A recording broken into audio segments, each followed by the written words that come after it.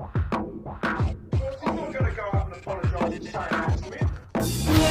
to Iron Maiden, baby, with me.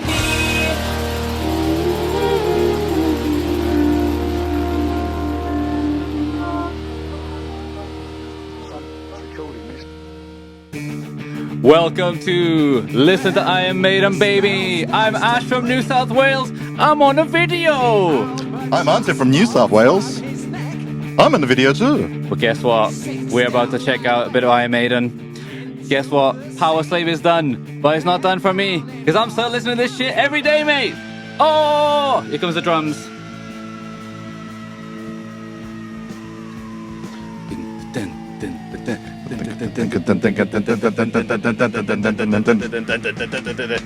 Come on, Bruce. 1, 2, 3, 4, 5, 6, 7, 8. Bound. Yeah. This is the whole podcast today. We're just going to look at ourselves in the camera, listen to this song. I could do that. All right, enough of that. Yeah. Mate, we're back. Yeah. In video form. Yeah. In the studio. Right, here we are, guys, right? Now, we've taken a few weeks off because we had to reset for a few things. Number one, this is a video right now, which is happening. Yeah. Now, Ante, we are both adults. Well, yeah. But legally, you're an adult with more adult things. Yes. One of those little babies. A baby. So we were recording the podcast at my place. Mm-hmm. When we started, you didn't have anything. No. You just had, just an idea. Right. Then I taught you the ways. The ways of the podfather. Yeah, that works. I don't know how to say it, right? Yeah. Anyway, and then you set up the lovely waiting room podcast, right? Which sorry. That's right. Which is you do here. This is Ante's studio, Mm-hmm. and you were driving over to my place to record the podcast for the Iron Maiden podcast, and it was great, it's fantastic. Works for me. But see, I'm free all the bloody time because I don't have a baby. No baby. You do. So it makes more sense for us to do it here. And since we're here, there's a camera right there. Why not turn it on? Why not, eh? But here's the problem. Iron Maiden. Anything, we would love to put this on YouTube, like generally on YouTube. Yeah. But anytime we do what we want to do, which is listen to Iron Maiden, have a laugh, they're going to flag us and send me to jail. I don't want to go to jail. I'm too pretty. Right? You'd be someone's bitch. I would be, right? And then Paul would be in the back shaking his cage. He's not trained. He's not trained. He will be soon. Yeah. Oh, yeah. Anyway, enough of that. Anyway. Yeah. Anyway, back to the music. That's right.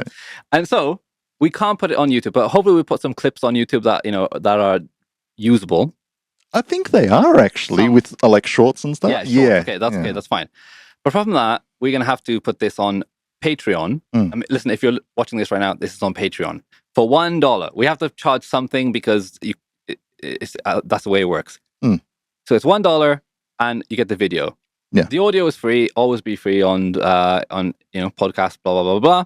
But the video, we have to put it behind a little paywall because, otherwise Bruce is going to be like, they're not paying me for my curry. Right. And you know what? $1. It's not like we're going to be retiring off it, man. That's right. So it's we record a couple of these a month. I think it costs just about $20 to keep it hosted, and we can see all the stats and all that things like that. So if 20 people are watching and paying for it, that's enough. Yeah. But anyway, this is a test, guys. We don't even know if it's going to work. This is my first time doing a video podcast. I wore a hat because I was embarrassed about my hair. Yeah. Well, look at me. Oh, yeah. I would be embarrassed too. You're right. Anyway, guys. So, we're just trying this today, right? I got my iPad here with all the little things. So we got me. All right, let's go to Ashley. Ashley. Ashley. Hey, Ashley. That's my name. All right, guys. So we have finished Power Slave, but we have not finished the old documentary. So today we're going to watch the documentary, and you can watch along with us in the little corner. There'll be, in the corner. Iron Maiden, the history of Iron Maiden, part 2. We're going to watch that right now, and we're going to react to it. Or not react, just have a laugh. And I hope you enjoy. Le.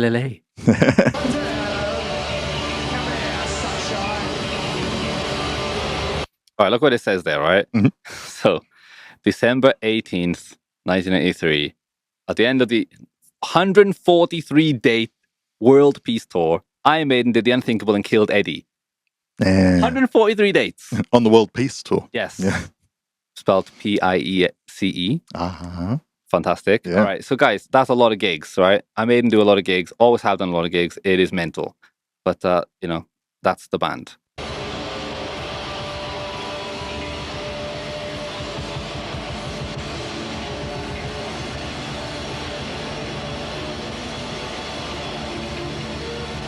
They've killed Eddie, but he's coming back.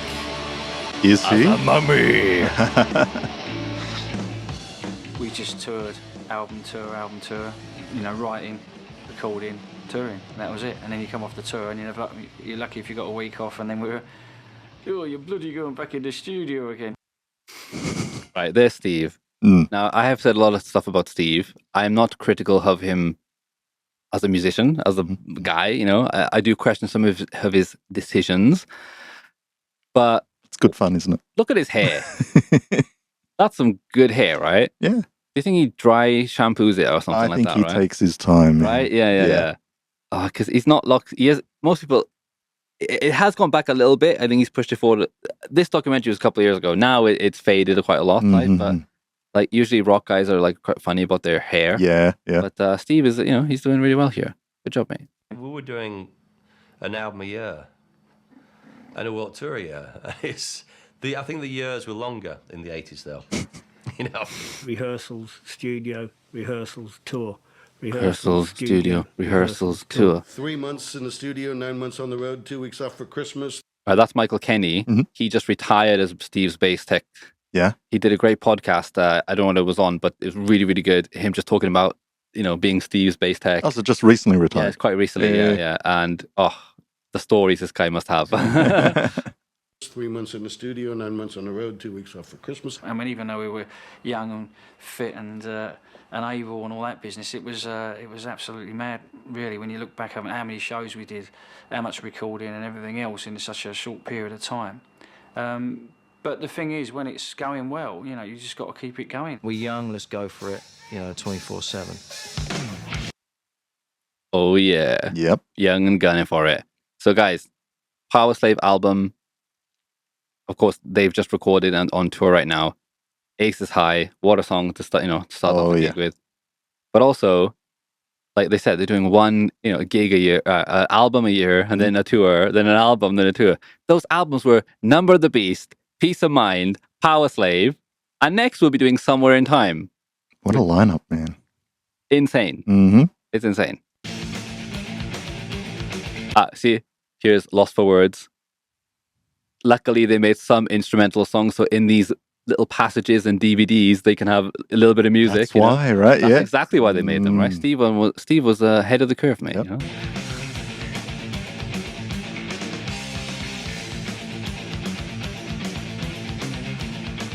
We decamped to a cliffside, out-of-season hotel in January.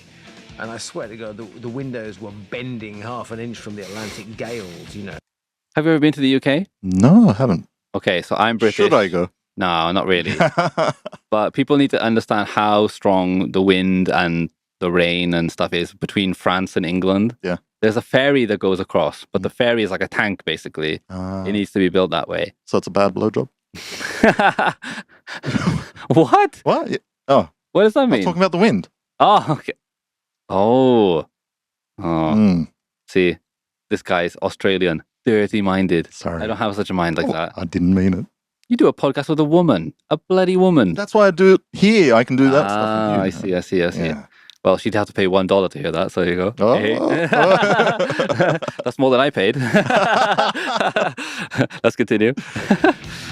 Nico phoned me up. He said, do you fancy coming to the Channel Islands for 6 weeks? Pre-production rehearsals. And then the Bahamas for about 4 months. So I thought about the 10th floor of the sky-rise flat in Wood Green. I went, well, yeah, I'll have some of that. We had the only 24-hour bar on the island, and that was it. I mean, we didn't do any work for about 4 or 5 weeks. We played pool, table tennis, bit of tennis, drank, went around the island checking out all the pubs and clubs. Does that sound good to you? Doesn't sound too bad, especially when you're young. Yeah, what else are right? you going to do? Drinking and playing rock music? Dude, Amazing, yeah. And by this time, too, the band is quite like they can ask for whatever they want. That's right. Yeah. So gearhead guitar players are like, I need a custom 76 Les Paul, please. And if I don't get it, I'm not going to play. Here you go. You can start demanding stuff like that. I wish I could do that anyway. Well, it was January, and it wasn't much to do there, so we used to make our own fun. But we always kind of get the job done, and we usually come out our way with sort of a structure of an album, 6 or 8 songs, and we do a couple when we got to the studio. Peace of Mind was a whole world tour headlining everywhere, and we knew we had to come out with something really strong, Again, what's new, So right though.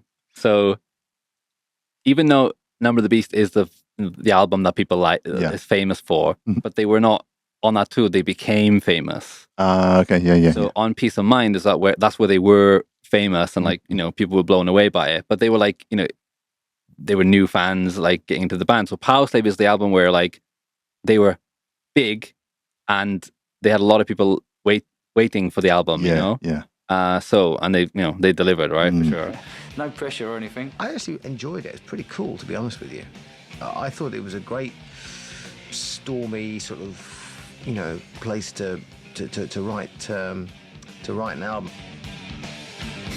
See, Bruce is always the opposite to all the other band. If they all said, "Oh, it was terrible," he'd be like, "Oh, I actually quite liked it." Right? Yeah. So, like for example, the Dance of Death cover we talked about. Yeah. Terrible one. Right. In Bruce's book, he's like, "Oh, I thought it was embarrassing. I was embarrassed by it." But Steve was like, "No, it's got to be right." It's like that's pretty much their relationship. And so the majority album was conceived and in place before we went to the Bahamas.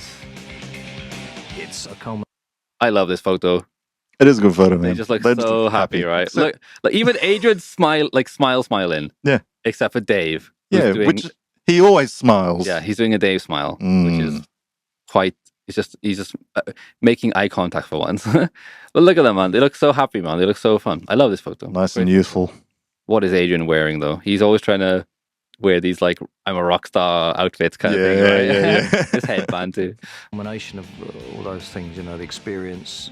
You still got that youthful. Nico's got the short sleeve shirt, which is only because like, look at my tattoo. Yeah. This is back in the days when rock stars had like 1 or 2 tattoos on their arm. Yeah. Compared to now where they're like completely covered. Yeah. Even Steve like had 1 or 2, and that was it, like big ones. Enthusiasm. Everyone's starting to bring their ideas out. It was a fruitful time, We'd all. Oh my God! So Steve's wearing the Rising Sun shirt there. So yesterday I went to a soccer match in Hiroshima where we live, the new stadium, Peace Wing, and all the like, regulars, fans, the fans. Full on, yeah. So they have all these flags which say "Bad Boys" on them, right? And I'm like really interested to know what that is. I haven't dived into it, but they're just like, it says Hiroshima Bad Boys, and are they? Not really. Okay. But they did have a flag of the rising sun, purple, like the San Frecce. Oh, really? I was like, is that all right? Like, well, I think I've brought this up before, but for the military nerds out there, still used by the Japanese Navy. Yeah, but I understand that. But a bunch of wily soccer fans waving that flag. Yeah, they're not supporting the Navy. I don't think so, yeah. Anyway. Soccer hooligans. But yeah, it was fantastic. Yeah. Nice. I'll be in the Bahamas. The crew, the band, the artist, the producer. 8 weeks, boom, boom, and work this project out.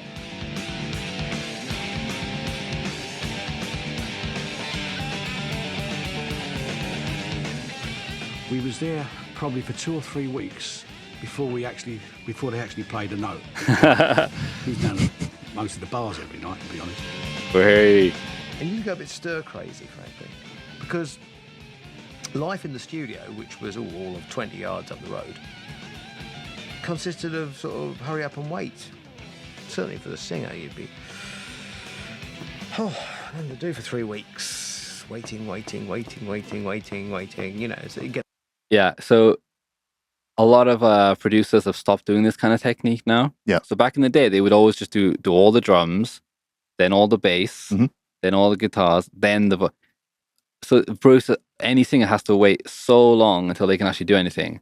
That's right. Yeah. Now they're trying to do they'll do in parts. Like they'll do the drums for one song, and then while they're moving on to another one, they'll be recording the vocals at the same, in a different place at the same time, kind of thing. Most people record everything in their rooms now anyway, so it doesn't really matter. But Well, if they're recording in a big studio, they'd have different exactly. And they have like a B producer, like vocal producer and things like that. Yeah. But like, it is not easy for a singer to be waiting around to do to do his parts. It takes a long time. There was a bar down the road where you could drink frozen banana daiquiris that were lethal, absolutely lethal, and play Connect 4. Banana daiquiris. I watched this documentary a long time ago. And when I went on holiday to tropical places, I always ordered banana daiquiri just because Bruce talked about it in this. It would be perfect. You know what, guys, today's like 35, humid in Japan. I would love a banana daiquiri right now. I didn't even know what it was. A frozen one. Yeah, I didn't know what it was. I was Sounds great though. Banana daiquiri? The cure? Yeah, I didn't know what to say. When I read it, I was like, does that say daiquiri? I had no idea. But it was not bad. Rum. I'm not a big drinker, so yeah.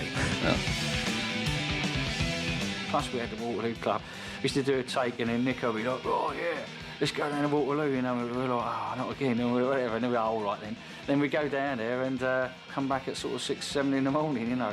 End up being a day off after that, usually. Rod appeared. It's the first time I've seen Rod. And we was in this bar called the Waterloo Bar in the Bahamas. And Rod come in, introduced himself to me, went, welcome to the Iron Maiden family. And it was the first time I heard the expression. Then he said, you're round.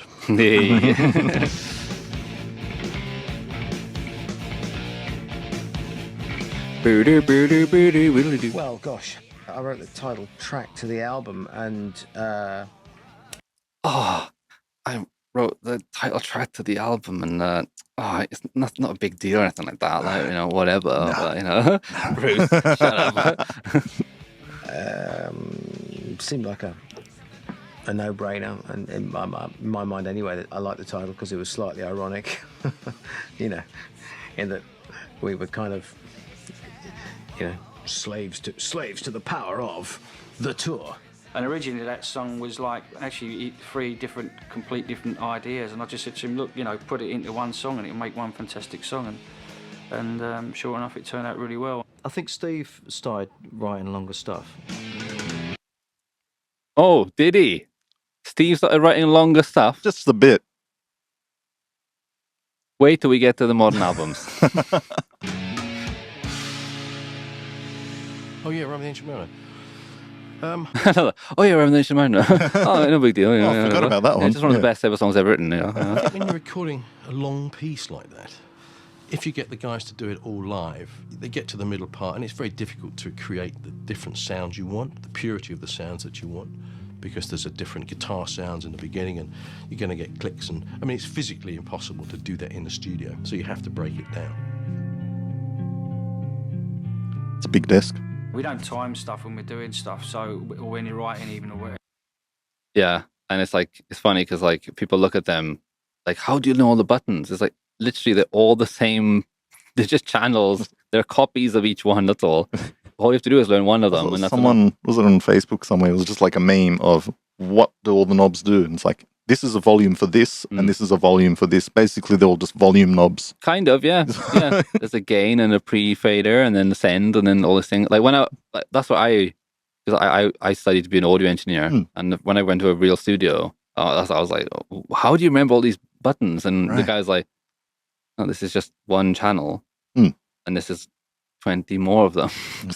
Oh, okay. And then you just, oh, I see, I get it. But it looks cool, right? Yeah. Like this photo of them around the desk, just like classic photo. I'm in the studio. Writing up something. Hey. Now you can do everything on the bloody computer. You don't need any of this rubbish. But that analog sound, right? Yeah. It's unbeatable sometimes. But look at fucking Adrian again. Oh, we've got another rising sun flag there. Oh, yeah. Whatever, really, we just do it and see what it feels right. And we was really surprised. It was like 13 minutes or whatever, and you know, we thought it'd probably be about 8 or 9 minutes. 13 minutes for Ram the Ancient Mariner. That's 13 minutes condensed into just, you know, pure brilliance. It is. Latest album, I mean, the intro of one song is 13 minutes, and it plays the same riff over and over. Yeah. I was thinking of it as 3 different parts, and then joining it up and making it one unit at the end, so the feel is good throughout. But that was the last song that we did for the album. I remember actually writing that when I was actually in an apartment in Bahamas. So it was sort of not a mad rush, but I knew that we had to get it done because it was kind of, we were getting through the songs quite quickly, a lot quicker than I thought we would. And I thought, oh no, I got to get this song finished, and so it was like a bit of pressure to get it finished. But yeah, I was really pleased with the way it turned out in the end, and I think it's a strong song. So Steve always says that it's a strong song. So like I think like it's a good way to put it. It's a strong song because like that's how he feels about it. But on this album, Power Slave, like I feel like it's mostly strong songs. Yeah. And up until now, if you put all of the songs like the greatest, if the greatest hits was up to Power Slave, it's better than almost any other band's greatest hits, right? Yeah. I mean, they still got like classic albums to come, but still phenomenal. Power Slave, they're powerful. Sorry. And Power, was it Work Slave by Day? Power Slave by night. Oh no! 2 to As I started to midnight. do that, I started to, get into more rock and roll-y type stuff, 2 minutes and all that.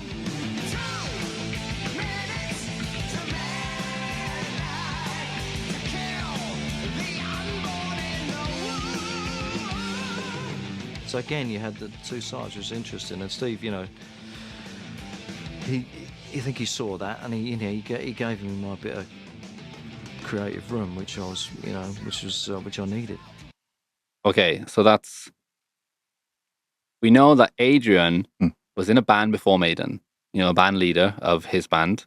So then he joined Maiden, and at the beginning, you're just a guitar player, aren't you? Yeah. Then you get ideas, and you want to do a bit more, and Adrian by this point definitely feels like he's valuable to the band and has an opinion. So, for Steve, I think Steve's always given them creative freedom, but as long as it's in the Iron Maiden kind of umbrella, and as we've seen with Adrian, he likes more rock and roll stuff. Right. Bruce later will want to do acoustic stuff, but Adrian's only giving in the band for 2 more albums before he leaves because of Steve's is he feeling the constraints? Well, what happens basically is that they get to the point where, the next album they use synths. Remember? Wow, you can't make heavy metal with synthesizers, right? They do that for 2 albums, and it's great. But then Steve is like, we need to go back to rock and roll. And Adrian's like, are you fucking serious? Yeah. We just made this amazing sound. Why the fuck are we going back there? So he quits, does his own thing. And guess what? Adrian by himself is just not, he just hasn't got that thing, which is sad. But with Iron Maiden, Bruce's solo career was very good. He had some good stuff. Adrian's is just, I think it's easier for a vocalist to kind of do a solo career. Yeah, for sure, yeah. But Adrian, man, he's so important to Maiden. But like that, the albums that come after him, just like you can tell, like, whoa, we're missing something here. For serious, like. They got that dynamic now. Great dynamic, and also the guy that comes in to replace him is a great. He's fun. He's a really good guy. But when we watch him live and he plays Adrian's solos, or like they play them at the same time, I'm not having it. I don't want to fucking see that shit, right? Yannick, if I see you in Huddersfield in the bloody supermarket, I'm going to tell you that to your face. You will too. I will. 2 minutes to midnight. I wrote the lyrics. It's a song about the experience of war and about the romance of it and the horror of it, and the 2 things together, and the fact that, unfortunately, we're repelled and fascinated by it. Yeah, man. War is sexy. Is it? It is, man. And when I mean sexy, I mean like World War I was not sexy. There's no stars in that one. No. World War II is like Hitler, Churchill, Stalin is like, there's most of the movies are all World War II stuff, right? Yeah. Well, most of them, because World War II is the sexy war. And of course, terrible things happen. But what I mean is that it's got things you can say. He was bad. Whereas World War I is like, well, I'm not sure. We know how it started, but then there's no sexiness to it. And that's what Bruce is talking about. Like, of course, war is terrible, but like people get like people who sign up to go to war, like, yeah, I'm going to be a hero. Yeah, right. You know, that's why Starship Troopers is a fantastic film. Oh, I love Captures that very well. I play a lot when I'm on the road, you know, before gigs. Well, I used to always have an amp set up in a, you know, off the dressing room, in the shower, or whatever, you know. And quite often I'll be playing, and Bruce would come and say, "Oh, you know, what was that you just played there?" You know, things like that, real off the cuff kind of things, and he'd start singing on the spot. But the video we did for it, these guys came in with this sort of Computers. high concept. Ooh. There was this guy had a computer, which back in the day when this was made, they were the great unknown. You know, the computers, everything was they're controlling by computers. With no mouse. I know, yeah. You can see the reflection of the screen. With, oh God, that looks modern.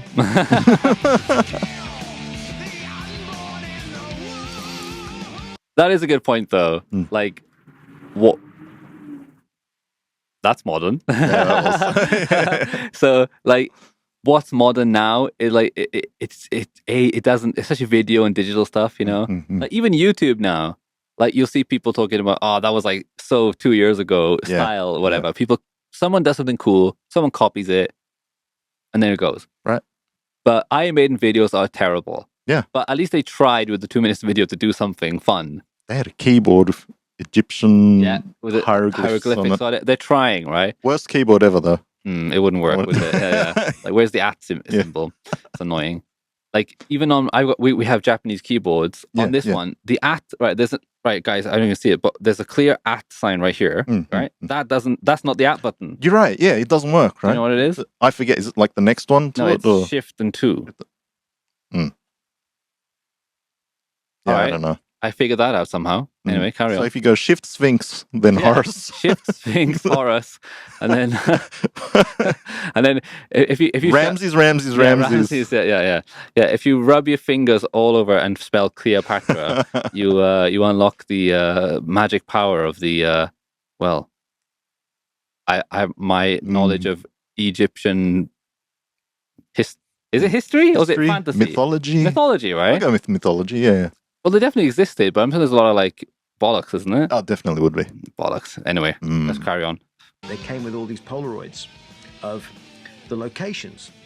And one of the locations for the mercenaries is a shot of them, and they're all having a discussion in this dingy, grotty flat. The guy goes, oh, we've got this fantastic, dingy, grotty flat in this horrible, slimy East End tenement on the Isle of Dogs. You know, it's all boarded up and there's cat piss everywhere and it's just really foul and it's just perfect. Here it is, and this is where they'll be. And I looked at it and I went, that's Roffey House on the Isle of Dogs. I used to live there. Nice. Have you lived in some shitholes? No, I haven't really. So. Me neither, really. I was very lucky. Even when I moved to London, I stayed in, like, I was just very lucky to get a decent, like, old solicitor offices and things like that. Yeah. I never got to that point, so. But yeah, Bruce, clearly living in London is expensive for a musician who's not making any money. Yeah. You gotta live where you gotta live, you know, dangerous places. And the Isle of Dogs is rubbish as well. We decided to decamp the whole thing to ancient Egypt, which all rock bands seem to do in the end. In the studio, actually, we had like this ladder was set up, and it was kind of in the shape of a pyramid. And someone would take it away, and all the gear would break down. And they'd bring the ladder back in, and it would start working. So we kind of thought, okay, it kind of resembles kind of a pyramid, this ladder. So we left it in there for the rest of the recording. I remember Steve saying we had to get the step ladder back in. No, absolutely true. You know, it's absolutely true. They brought the step ladder back in, and it was perfect again. Yeah, the ladder. Well, I think it originated even earlier than that, when we used to have like a pyramid of Party Sevens on some of the earlier albums. And I think it probably originated from that, really. And then it was the ladder, yeah. It was the triangle vibe, and I think everyone got into that. We had a bit of a laugh with that, but no, it really came from the song Power Slave, which Bruce wrote. You never really know how big a record's going to be until you've got it out and people, you know, either like it or they don't. But we had a good feeling. I remember really having a good time then, and even like the photos and stuff, photo sessions and stuff, you can tell we were just very good, just having a blast, really. That's a great photo. Love it.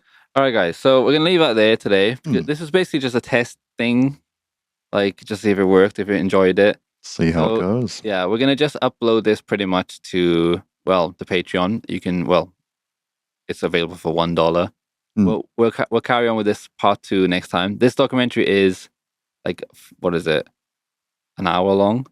Yeah, easy. So let's be straight. We just spent a couple of good 45 minutes just setting up how we're gonna do it all, recording and all that kind of stuff as well. Yeah.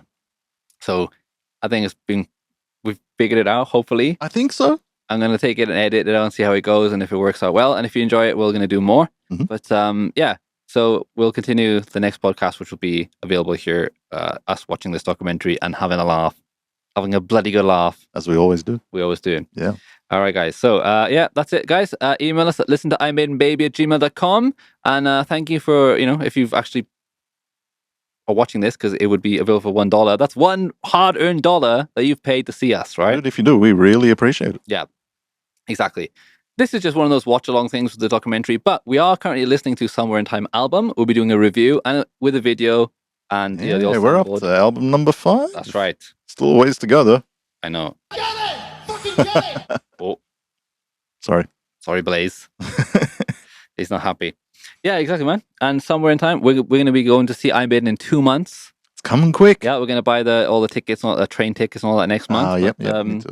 Yeah, you got to listen to Somewhere in Time because a lot of the songs will be on the tour as it is a mixed one. So I've already started. Don't worry. Yeah. Okay, we're good. All right, guys. I'll catch you next time and I hope you enjoy and see you next time. Take it easy, guys. I'm getting to like this heavy metal stuff.